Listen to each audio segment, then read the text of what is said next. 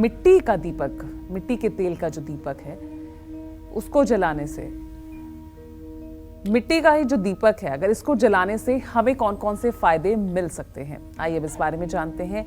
पंडित जी बताइए, मिट्टी का दीपक, हालांकि आपने इस बारे में महत्वपूर्ण जानकारी दी है, तो इसको जलाने के कौन कौन से फायदे हैं? जिस तरह से ये शरीर 5 तत्व से बना हुआ है जी, और इसमें से एक बार प्राण निकल जाता है तो ये शरीर फिर किसी काम का नहीं रहता है, ठीक है। उसी तरह से 5 तत्व से मिट्टी के बर्तन बनते हैं। जी, वो मिट्टी का दिया हो गया, मिट्टी का कुल्हड़ हो गया, ठीक है ना। तो उसका उपयोग सिर्फ एक ही बार किया जाता है। मिट्टी के दिए में एक बार आपने दिया जला दिया और दिया बुझ गया तो दोबारा उस दीप का प्रयोग आप नहीं कर सकते, क्योंकि पंच तत्व से बनी चीज एक बार उपयोग के लिए होती है। जैसे ये शरीर है, इससे अगर प्राण निकल गया तो फिर इसकी कोई उपयोगिता नहीं है।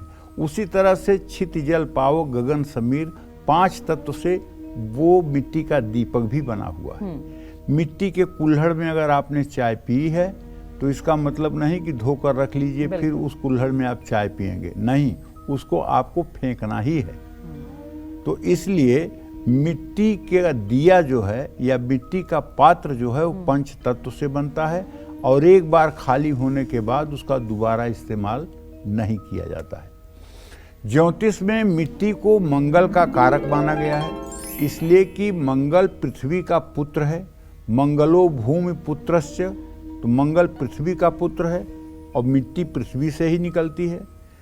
तो मिट्टी से सुख शांति और सौभाग्य की प्राप्ति होती है।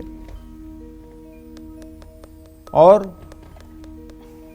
कुंडली में शनि और मंगल अगर शुभ स्थिति में हों ना हों तो शुक्र भी बलहीन हो तो घर में मिट्टी के दिए जरूर जलाने चाहिए। घर के आंगन या तुलसी के पौधे के पास मिट्टी का दिया जलाने से सुख शांति बनी रहती है, इसमें कोई दो राय नहीं है। जय मां विंध्यवासिनी।